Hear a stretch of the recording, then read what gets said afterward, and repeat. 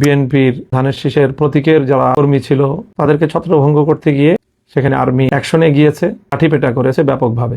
এবং সেই লাঠিপেটায় সারাদিন বিভিন্ন কেন্দ্রে বিএনপির অনেক নেতাকর্মী, ধানের শীষের অনেক নেতাকর্মী তারা আঘাতপ্রাপ্ত হয়েছে। হঠাৎ করে আজ ইলেকশনের এতদিন পরে এসে এই জাতীয় ঘটনার দায় রিকশা মার্কার নেতাকর্মীদের উপর চাপানোর চেষ্টা করা হয়েছে।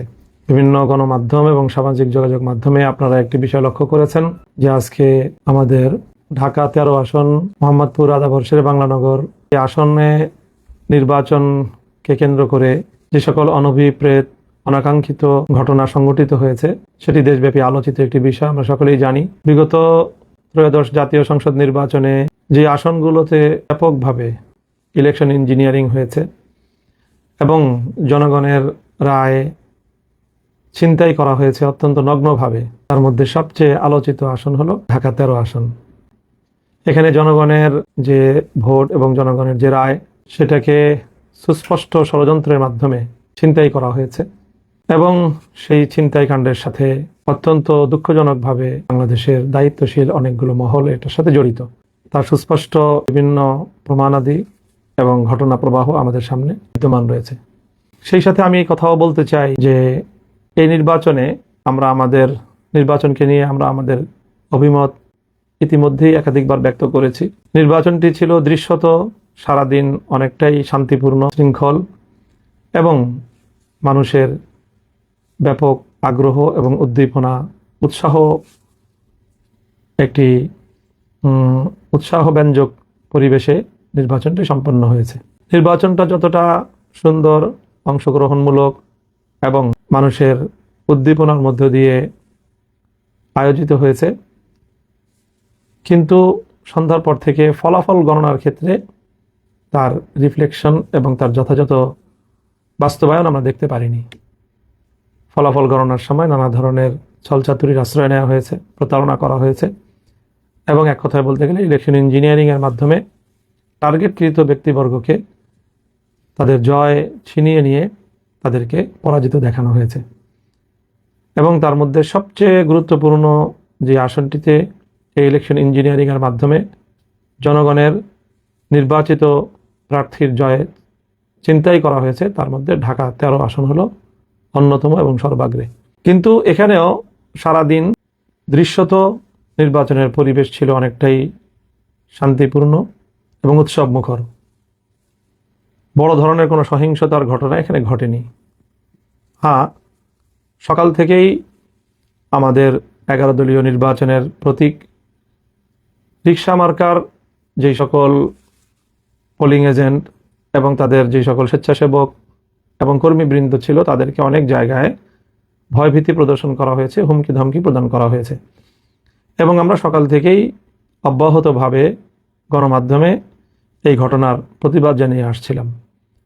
আমাদের ঢাকা 13 আসনটি 7টি ওয়ার্ড নিয়ে গঠিত এবং এই 7টি ওয়ার্ডের মধ্যে সকাল ভোর থেকেই সবচেয়ে বেশি আমাদের নেতাকর্মীদেরকে হুমকি ধমকি প্রদান করা হয়েছে এবং অশোভন আচরণ করা হয়েছে আমাদের এই 13 আসনের 34 নং ওয়ার্ডে। স্থানীয় বিএনপি নেতা রাজেশ খানের নেতৃত্বে এই জাতীয় কার্যকলাপ পরিচালনা করা হয়।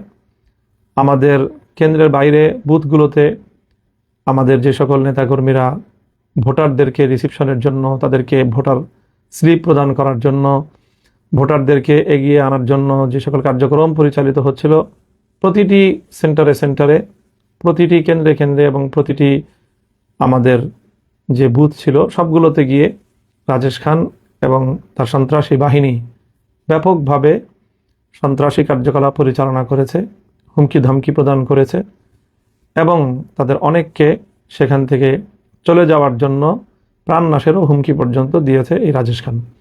এই কথাগুলো আজ আমি ইলেকশনের অনেক দিন পরে এসে বলছি তা নয়।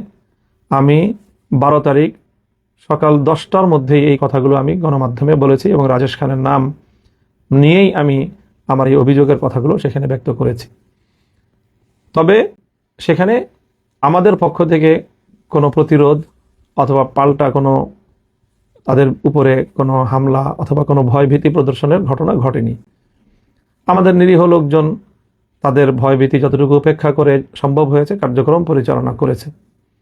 তবে দিন গড়ানোর সাথে সাথে সেখানে তাদের শোডাউন এবং কেন্দ্রের সামনে তাদের শক্তি প্রদর্শনের মাত্রা বৃদ্ধি পেতে থাকলে একসময় আইন শৃঙ্খলা রক্ষাকারী বাহিনী সেখানে পদক্ষেপ গ্রহণ করে, বিশেষ করে আর্মি গিয়ে সেখানে সেই বিএনপির এবং ধানের শীষের প্রতীকের যারা কর্মী ছিল এবং সাধারণ মানুষদেরকে যারা ভীতি প্রদর্শন করছিল এবং ভোটের শান্তিপ্রিয় পরিবেশকে যারা বিঘ্ন ঘটাচ্ছিল তাদেরকে বারবার ছত্রভঙ্গ করে দিয়েছে আইন শৃঙ্খলা রক্ষাকারী বাহিনী এবং বিশেষ করে আর্মি।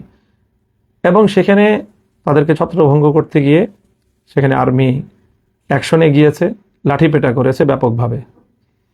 এবং সেই লাঠিপেটায় সারাদিন বিভিন্ন কেন্দ্রে বিএনপির অনেক নেতাকর্মী, ধানের শীষের অনেক নেতাকর্মী তারা আঘাতপ্রাপ্ত হয়েছে। ক্ষেত্র বিশেষে তাদের সাথে সাথে আমাদেরও অল্প কিছু লোক আর্মির সেই প্রহারের শিকার হয়েছে এবং তারাও আহত হয়েছে। এবং সেই আহতদেরকে আমি 12 তারিখ রাতেই তাদের শয্যাপাশে গিয়েছি এবং তাদের চিকিৎসার ব্যবস্থা আমি গ্রহণ করেছি। আর্মির এই আক্রমণ এবং তাদের ছত্রভঙ্গ করা, শান্তি শৃঙ্খলা রক্ষার এক পর্যায়ে ওখানে আমাদের লোকজনও যেরকম কিছু আহত হয়েছে, আর প্রায় 90% জন বা তার চেয়েও বেশি সেখানে আক্রান্ত হয়েছে ধানের শীষের নেতাকর্মীরা। কারণ তারাই সকাল থেকে ভোট কেন্দ্র দখল করার এবং ভোটের পরিবেশ নষ্ট করার, ভয়ভীতি প্রদর্শন করার এই সকল সন্ত্রাসী কার্যকলাপগুলো পরিচালনা করছিল। এবং এতে সবচেয়ে বেশি ভূমিকা ছিল রাজেশ খানের। সেই রাজেশ খানের কর্মী বাহিনীর সাথেই আর্মি তাদেরকে ছত্রভঙ্গ করতে গিয়ে তাদের উপর লাঠিপেটা করে এবং সেই লাঠিপেটায় তাদের মধ্যে অনেকে আহত হয়েছে। এবং সেই আহতদের মধ্যে রাজেশ খানের নিকটাত্মীয় একজন হায়দার আলী নামে এক ব্যক্তি ছিলেন। সেটা আমরা আগে জানতে পারিনি, তাদের পরিচয় শনাক্ত করা যায়নি। আজকে ধানের শীষের প্রার্থী হয়তো আগাম তারা অনুভব করেছিল যে হায়দার আলীর তার অবস্থা শোচনীয়, আর্মির লাঠিপেটায় গুরুতর আহত এবং আইসিইউতে সে সম্ভবত ভর্তি ছিল। এবং আমরা আশঙ্কা করছি যে তার অবস্থা সংকটাপন্ন এবং তার মৃত্যু নিশ্চিত জেনেই সকালবেলা ধানের শীষের প্রার্থী একটি এখানে সিন ক্রিয়েট করেছে এবং আমাদেরকে বা আমাদের উপর এর দায় চাপানোর জন্য একটি নাটক মঞ্চস্থ করেছে। এবং সেই নাটকের মাধ্যমে মূলত তাদের সন্ত্রাসী কার্যকলাপ, রাজেশ খানের এই দখলদারি, সন্ত্রাস এবং ভোট কেন্দ্র দখল করার তাদের এই প্রবণতা এবং তার প্রেক্ষিতে সেনাবাহিনীর পদক্ষেপের বিষয়কে আড়াল করার জন্য শাক দিয়ে মাছ ঢাকার একটি প্রবণতা হিসেবে হঠাৎ করে আজ ইলেকশনের এতদিন পরে এসে এই জাতীয় ঘটনার দায় রিক্সা মার্কার নেতাকর্মীদের উপর চাপানোর চেষ্টা করা হয়েছে। আমি মনে করি এটি একটি দূরভিসন্ধি এবং ষড়যন্ত্রমূলক ঘটনা। কিছুক্ষণ পূর্বে আমরা দেখেছি সামাজিক যোগাযোগ মাধ্যমে রাজেশ খানের এবং তার সহকর্মীদের মাধ্যমে তারা যেই সংবাদ প্রচার করেছে সেখানে ওই হায়দার আলীর নিহত হওয়ার সংবাদ প্রচারিত হয়েছে। এবং আবারও তারা ওই শাক দিয়ে মাছ ঢাকার মতো মিথ্যাচার করে আর্মির হামলায় আহত হয়ে এবং শেষে নিহত ব্যক্তির এই ঘটনাকে তাদের সন্ত্রাসী কার্যকলাপ, রাজেশ খান তার নিজের অপরাধকে ঢাকা দেওয়ার জন্য সে আমাদের উপর এর দায় চাপানোর অপচেষ্টা চালিয়েছে। আমরা এই অপচেষ্টার তীব্র নিন্দা জানাই এবং সেখানে স্বাভাবিকভাবেই সিসিটিভি ফুটেজ থাকার কথা প্রতিটি কেন্দ্রকে সামনে রেখে সেখানে কি ঘটনা ঘটেছিল, সেনাবাহিনী কেন তাদের উপর হামলা চালিয়েছিল। আমাদের কাছে একাধিক প্রত্যক্ষদর্শীর বরাতে এই সংবাদ এসেছে যে সেই দিন রাজেশ খান এবং হায়দার আলী তারা আর্মিকে চ্যালেঞ্জ করেছিল এবং আর্মিকে তারা সেখান থেকে হুমকি ধমকি দিয়ে আর্মির সাথেও অসদাচরণ করার প্রেক্ষিতে আর্মি তাদের উপরে চড়াও হয় এবং তারা আর্মির দ্বারা লাঠিপেটার শিকার হয় এবং সেই ঘটনারই প্রেক্ষিতে এই মর্মান্তিক বিয়োগান্তক ঘটনাটি ঘটে যায়। কোনো মানুষের প্রাণহানি এটি অবশ্যই আমাদের সকলের কাছে অত্যন্ত মর্মান্তিক একটি বিষয়, দুঃখজনক একটি বিষয়।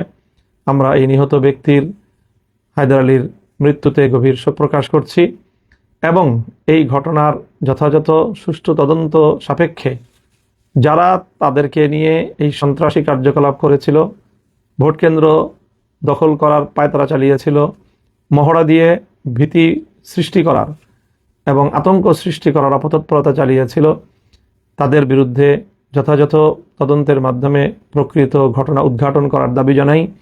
এবং সেই সাথে কেন এইভাবে আঘাত করা লাগলো বা হলো, এর সাথে দায়ী কারা, সিসিটিভি ফুটেজের যথাযথ উদ্ঘাটনের মাধ্যমে এই ঘটনা যেন জাতির সামনে স্পষ্ট করা হয়। এখানে একদিকে আমরা তাদের বিরুদ্ধে ইতিমধ্যে ইলেকশন ইঞ্জিনিয়ারিংয়ের অসংখ্য তথ্য প্রমাণ আমাদের কাছে বিদ্যমান থাকার প্রেক্ষিতে বিষয়টি নিয়ে আমরা যেমনিভাবে নির্বাচন কমিশনের কাছে আমাদের অভিযোগ দায়ের করেছি, সে একই সাথে আমরা এই বিষয়গুলো নিয়ে আমাদের আইনানুগ যাবতীয় পদক্ষেপ গ্রহণ করার আমরা পর্যায়ক্রমিক পদক্ষেপের মধ্যে রয়েছি, প্রক্রিয়ার মধ্যে রয়েছি।